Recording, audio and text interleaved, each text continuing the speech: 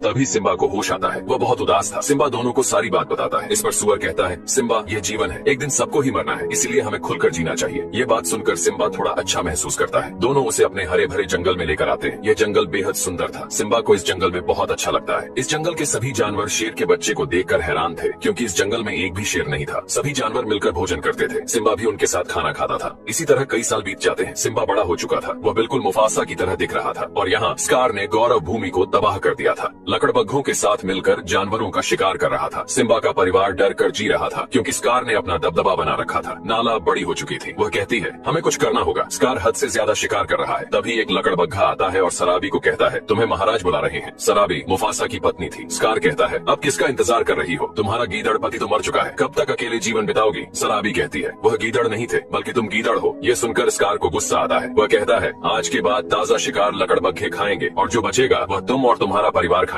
सभी लकड़बग्घे भोजन पर टूट पड़ते हैं। उसी रात नाला भोजन की तलाश में वहाँ से निकल पड़ती है और उधर सिम्बा अब पूरी तरह से बदल चुका था। उसे अपने परिवार की याद तक नहीं आ रही थी। वह बस जंगल के जानवरों के साथ मस्ती करता था। सिम्बा के कोई सपने नहीं थे, लेकिन रात के समय सिम्बा को अपने पिता की याद आती थी। वह बहुत उदास हो जाता था। सिम्बा अपना सिर झटकता है, जिससे उसका बाल उड़कर एक नदी में गिर जाता है। उस बाल को एक चिड़िया उठाकर अपने घोंसले में ले जाती है, लेकिन दूसरी चिड़िया उस बाल को घोंसले से बाहर फेंक देती है, क्योंकि वह जानती थी कि यह जानवर का बाल है। वह बाल एक बबूल के पेड़ पर अटक जाता है। वहीं एक जिराफ बबूल के पत्तों के साथ सिम्बा के बाल को भी खा लेता है। अगले दिन जिराफ के मल को एक कीड़ा लेकर जा रहा था। जिराफ का मल लुढ़क कर टूट जाता है, जिसमें से सिम्बा का बाल बाहर निकल आता है। उस बाल को एक चींटी उठा लेती है और वहीं वह बंदर उस बाल को देख लेता है। उसने पहचान लिया था कि यह सिम्बा का बाल है। इस वजह से बंदर बहुत खुश होता है। उसे फिर से एक नई उम्मीद मिल चुकी थी। यहाँ जंगल में सभी जानवर झूमते हुए गाना गा रहे थे। तभी अचानक एक शेर उन पर हमला कर देता है। सभी जानवर अपनी जान बचाकर भागते हैं। सुअर की जान खतरे में थी, वह शिकार होने ही वाला था। तभी सिम्बा लपक कर उस शेर को दबोच लेता है। दोनों लड़ने लगते हैं। तभी सिम्बा उसे नाला कहकर पुकारता है। नाला भी सिम्बा को पहचान जाती है। दोनों वर्षों बाद मिलकर बहुत खुश होते हैं। नाला शिकार के लिए इस जंगल में आई थी। सिम्बा कहता है, नाला अब हम दोनों पूरी जिंदगी एक साथ बिताएंगे। लेकिन नाला कहती है, सिम्बा मुझे जाना होगा, स्कार ने पूरी गौरव भूमि बर्बाद कर दी है, तुम्हें भी चलना होगा, तुम हमारे राजा हो। सिम्बा कहता है, अब से यही मेरा घर है, चलो मैं तुम्हें जंगल की सैर कराता हूँ, यहाँ बहुत सुकून है। सिम्बा नाला को पूरा जंगल घुमाता है। नाला को यह जंगल बहुत प्यारा लगता है, जिसमें सचमुच एक सुकून था। जंगल घूमने के बाद नाला कहती है, सिम्बा तुम जिंदा थे तो घर क्यों नहीं आए? तुम्हें हमारी याद नहीं आई? सिम्बा कहता है, मुझे किसी की याद नहीं आती, यही मेरा घर है। वैसे भी अब तुम्हारा राजा स्कार है। ये सुनकर नाला को बहुत बुरा लगता है। नाला कहती है, तुम अपने पिता का खून हो ही नहीं सकते, तुम तो एक कायर हो। इतना कहकर नाला वहाँ से चली जाती है। सिम्बा उदास होकर घूम रहा था। तभी सिम्बा को वही बंदर दिखाई देता है, लेकिन सिम्बा बंदर को नहीं पहचानता था। इस वजह से नजरअंदाज करके जाने लगता है। बंदर सिम्बा के सामने आ जाता है और कहता है, पहचानो खुद को, लेकिन सिम्बा जाने लगता है। तभी बंदर कहता है, मुफासा के बेटे को मैंने गोद में खिलाया है। ये सुनकर सिम्बा रुक जाता है और कहता है, तुम मेरे पिता को कैसे जानते थे? बंदर कहता है,